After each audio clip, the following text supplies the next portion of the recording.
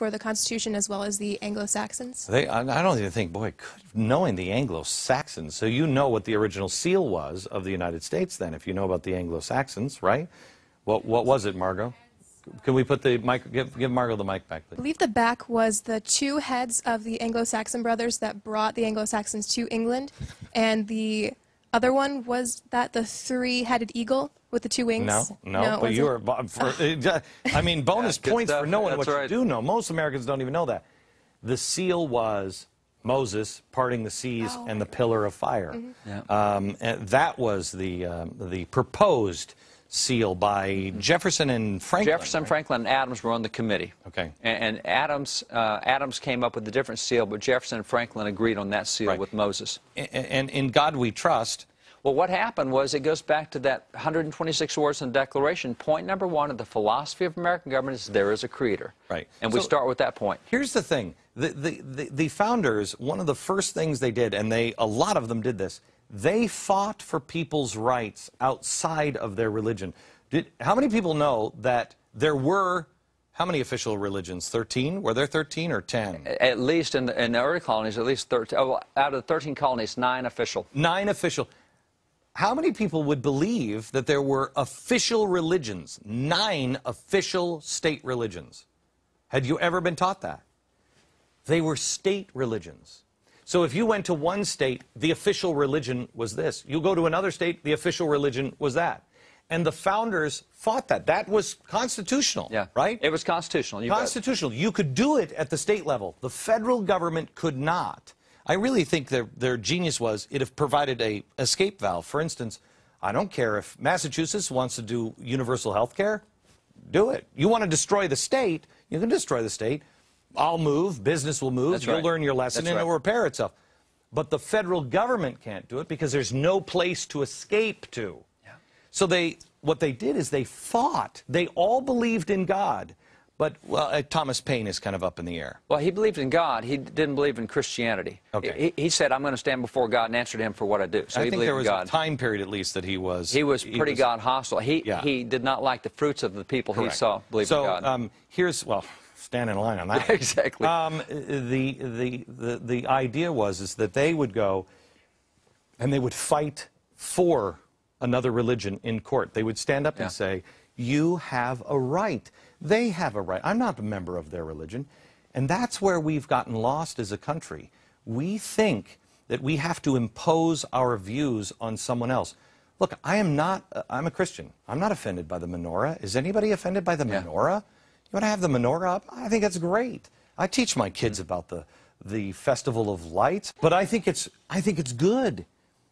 Where the hostility comes is from people who are trying to jam it down somebody else's throat. My religion or the highway? No, you can say whatever you want. You can do whatever you want, but I also have the right to do it. And the other hostility comes from people who say, no God. But that goes against the principles of our country.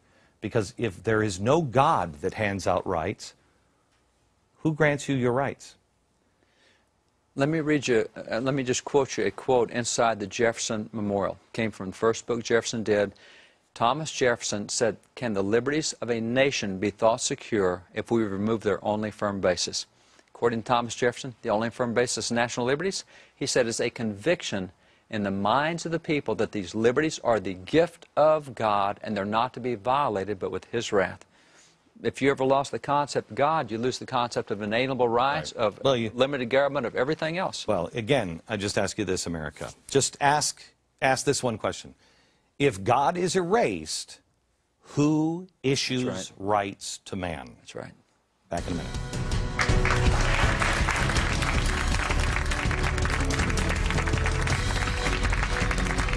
History with an audience of teenagers aged 13, 19.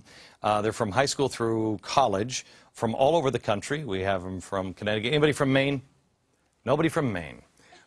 We've got a moose in the green room, and all the way to California. Also, we have David Barton of Wall Builders here with me. And where did we leave off? Tiffany, where do we go next? Kelly. Where's Kelly? Hi, Kelly. How old are you? I'm 15. You're 15 years old. What's your question? Well, I know that in school we've learned how the Founding Fathers had to take great risks for the independent America, and they often put their lives on the line. And I was wondering if you feel that politicians today would be willing to do the same for America. I think there are some.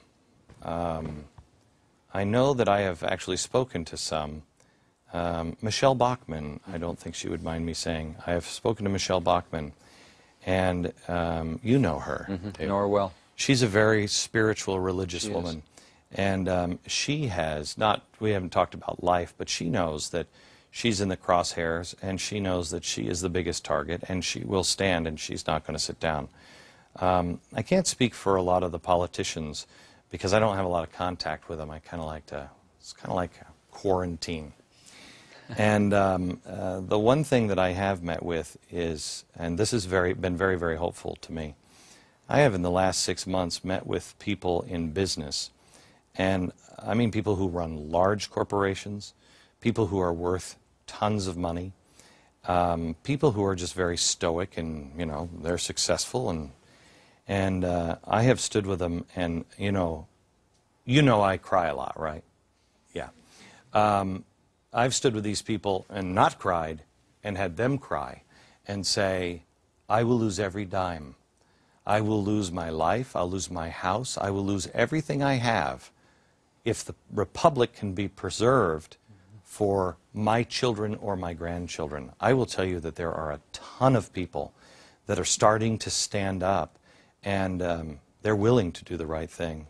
You know, I talked the other day about a book that I'm writing, and I don't know when it will come out, but it's called God, Blessing and Curse.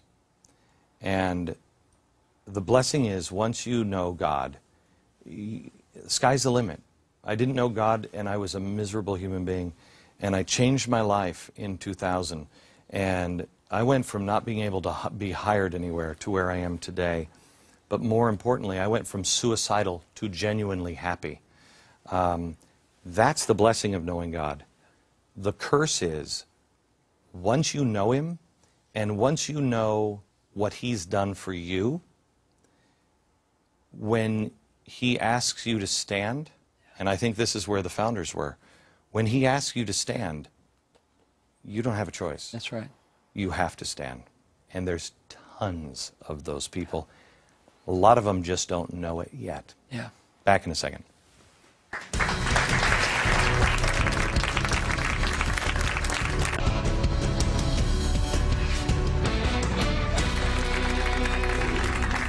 David, we're just challenging each other. I just said, David, do you have an answer for something? And he said, yeah. And Aaron, our floor manager, said, he has an answer to everything. Really? Oh, we're going to find out. I'm going to have him back, and we're going to challenge him. Let me go to, it's Stephen, right? Stephen, your question. Did the Freemasons influence George Washington, and do they still have an influence to this day? Freemasons had an influence on George Washington, but not what we think of today. There's a big difference between the two. Freemasonry today is not what it was at the time of Washington. It's introduced in America in 1734.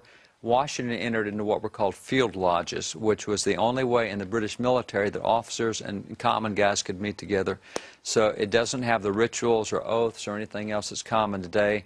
Actually, in about 1799, it began to change. Washington was dead then. 1813, it moved into what's called... Wait.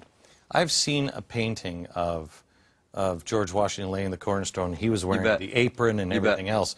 Why? What do you mean there was no oath? The painting was done in 1976. That painting was done. What? Yep, the one in the Capitol of Washington standing there laying the cornerstone. Now, there were some done in the 1840s and 50s. And I believe I've seen his apron in Mount Vernon. Oh, he has an apron. Right. But he would not allow himself to be painted as a Mason. One guy tried to paint him. He said, no way. Okay. Because but if was he not had a big the part of apron, his he life. had the rituals. No, because the rituals didn't come in until much later. 1825 is when the rituals appeared. So there were 3 simple degrees, no oaths, no rituals, whatever. That came in about 1813 with what's called speculative masonry. May I ask, I've always thought that the role that Masons played in the Declaration or in the Revolution and the forming of our nation was the honor of it as it was understood back then, that you had a place to where you could go and speak privately, openly, and no one would violate the secrecy. That was more European than it was American. That was the European model, but it was not the American model, and that was the way they hid from monarchs in Europe. The American model, man, you spoke your piece straight out anyway. It was not a problem, and you'll find that most of the Americans, founding fathers who became Masons, did so as British citizens, and so it wasn't that big a deal for them. Washington records in his last 2 years in talking about Masonry that it was a very small influence in his life. He maybe attended 10, 12 lodge meetings over 40 years. The Illuminati's going to off him. Oh, yeah. They hate this. All right, back in just a second.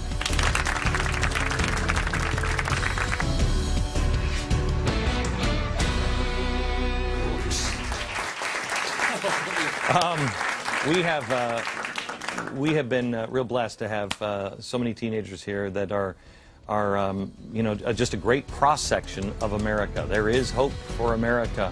Thank you for coming. Thank you for watching from New York. Good night.